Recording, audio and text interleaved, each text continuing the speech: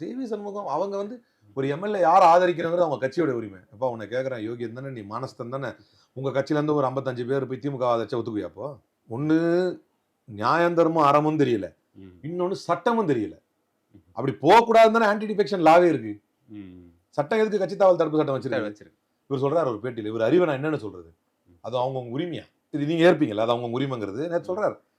சட்ட பிரச்சனை வந்தால் சிவி சண்முகம் சந்திப்பார். அடடே, சட்ட சண்முகம் வந்தா சிவி சண்முகம் சந்திப்பார். நாங்க வரவேற்கிறோமா, வரக்கூடிய எம்எல்ஏக்கள் நாங்க வரவேற்கிறோம். இதே சொல்றேன் நான், திமுக சொல்லுது தாவேக்கால வரக்கூடிய எம்எல்ஏக்களை வரவேற்கிறோம். தாவேக்கா எம்எல்ஏக்கள் யாருக்கு ஓட்டு போட வேண்டும் என்பது அவருடைய உரிமை. சட்ட பிரச்சனை வந்தால் தாவேக்கா எம்எல்ஏக்கள் சந்திப்பார்கள் அப்படின்னு ஒரு பேட்டி கொடுத்தா, இந்நேரம் அதை பிரிச்சு போட்டு பிரெட்டா ஆச்சு மேஞ்சிருக்க மாட்டாங்க எல்லாரும். நீங்க சிவி சண்முகத்தை கூட விளக்கம் கொடுத்துட்டீங்கன்னு கூட ஒரு வாதத்துக்கு அது விட்டுறேன் தூரமா. காமராஜ் யாரு இன்னைக்கு தேதி வரைக்கும் காமராஜ் விளக்கம் கொடுக்கலாங்கிறத தாண்டி இன்னைக்கு தேதி வரைக்கும் நாங்கள் கூட்டணி வைத்து சந்தித்தது பாஜகவோடு தான், என்டிஏவில் தான், காமராஜ் செய்தது அநீதி அப்படின்னு ஒரு ஓரமா கத்திக்கிட்டே இருக்கிறார் டிடிவி தினகரன். அது எப்படி? அப்போ ஒற்றை எம்எல்ஏ வைத்திருப்பவர்கள், குரலற்றவர்கள், அவர்களுக்கு வந்து பெரிய எக்ஸ்போசர் இல்லை அப்படின்னா அவரை அடிச்சு நொறுக்கிட்டு சேர்த்துக்கலாம், அது ஒண்ணுமே தெரியாது. இதற்கு காங்கிரஸ் பதில் சொல்லணுமே. நம்ம கொள்கைக்கு ஒத்துப்போலையே, சொன்னதை அவர் நிறைவேற்றலையே. அமைச்சர்களை ஒட்டி இருந்தா போதும் அப்படின்னா உங்களுக்கும் பாஜக வித்தியாசமே இல்லை. எதுக்கு டைம் வேஸ்ட் பண்ணணும் பேசி?